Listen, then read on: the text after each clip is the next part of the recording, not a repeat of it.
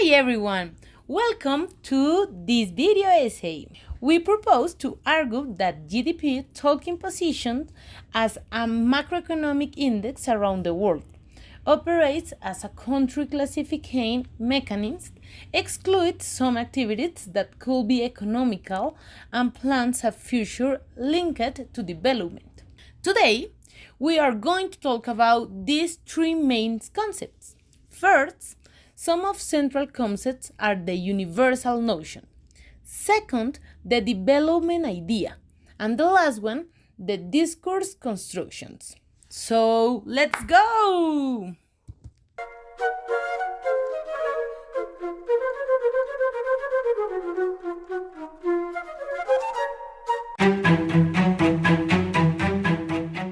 During money administration worldwide can be analyzed from the concept of universal proposed by Michel Rolf-Trouillot. According to this author, the North Atlantic universals are particulars that have gained a degree of universality, chunks of human history that have become historical standards. They are presented as perspectives of the world made from a localized place, with religious and philosophical arguments, cultural assumptions, and aesthetic and stylistic sensibilities. Even so, they have the ability to project relevance throughout history while hiding the mark of their origin and their emotional charge. Likewise, these words are seductive, for example, in the group are development, democracy, and nation state. Now, who wouldn't want, like Kuznets or Clark, to know in detail the state of their finances to know if, for example, they can lead their country to war or alleviate the effects of the Great Depression? Things get complicated when we see a problem with the figures and the changes they present. Let's take the case of Africa. To begin with, we must keep in mind that multilateral organizations use the gross domestic product threshold defined by the World Bank to determine the level of aid and loans that each country requires, depending on whether it is low or medium low. Until November 2010, Ghana was considered a low-income poor country.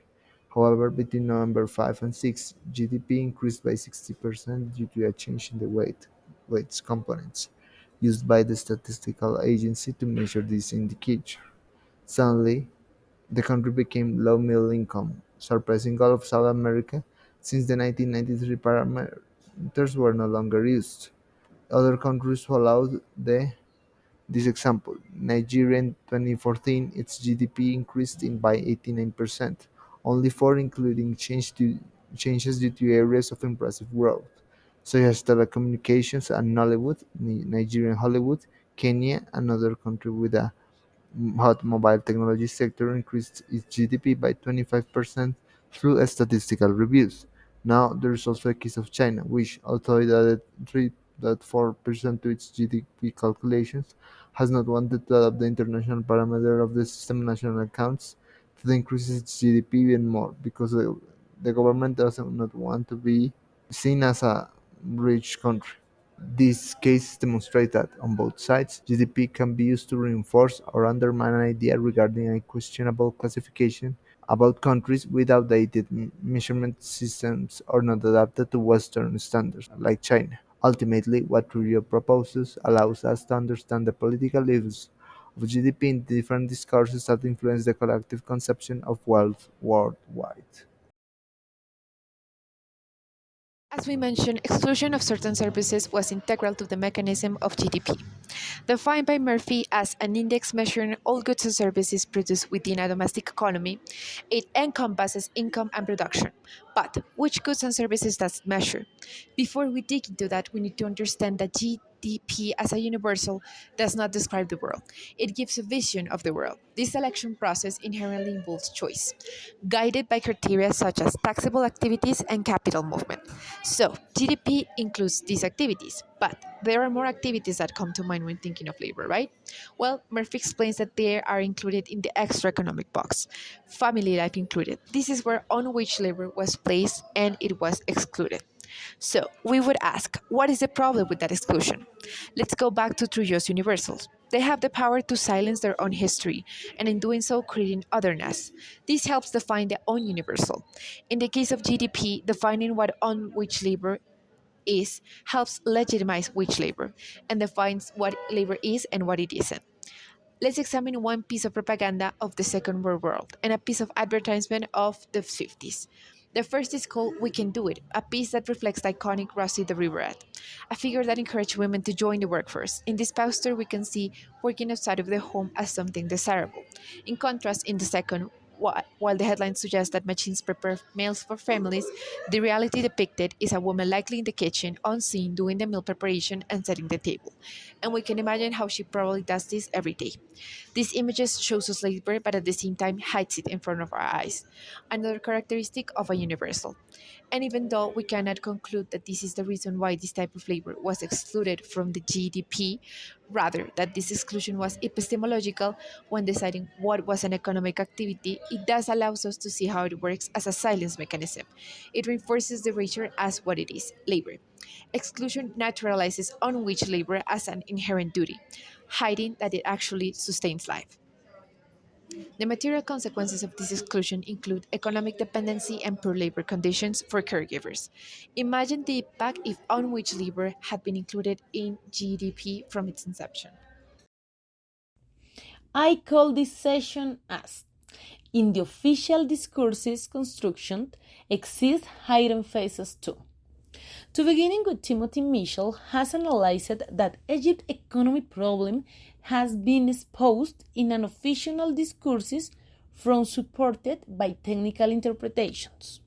This expert knowledge is based on reports, statistical data, and interdisciplinary investigations that are interpreted in a deliberate form.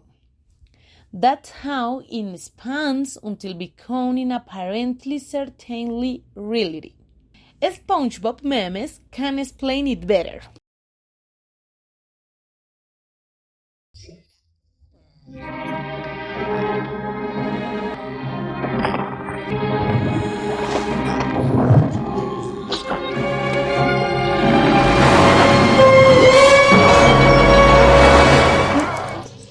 Well, but what does all this have to do with the GDP?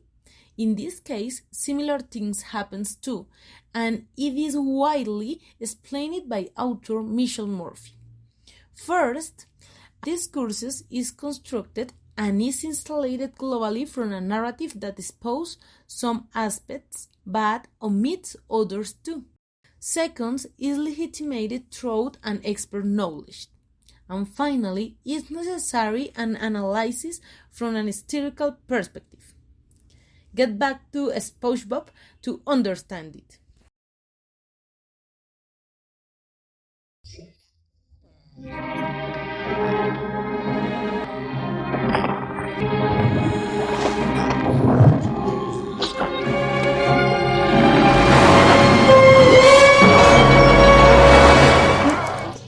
In summary, the famous Michel exposed Egypt case is useful to understand the GDP consequences similitudes explained by Murphy. In addition, these cases share some issues. For example, in the name of the modernity and development, so standardization of discourses that expand around the world. Also, arguments are present under an approach and particular interpretations that omit important matters, now show a complete overview. And finally, is legitimate and instaured by an expert knowledge.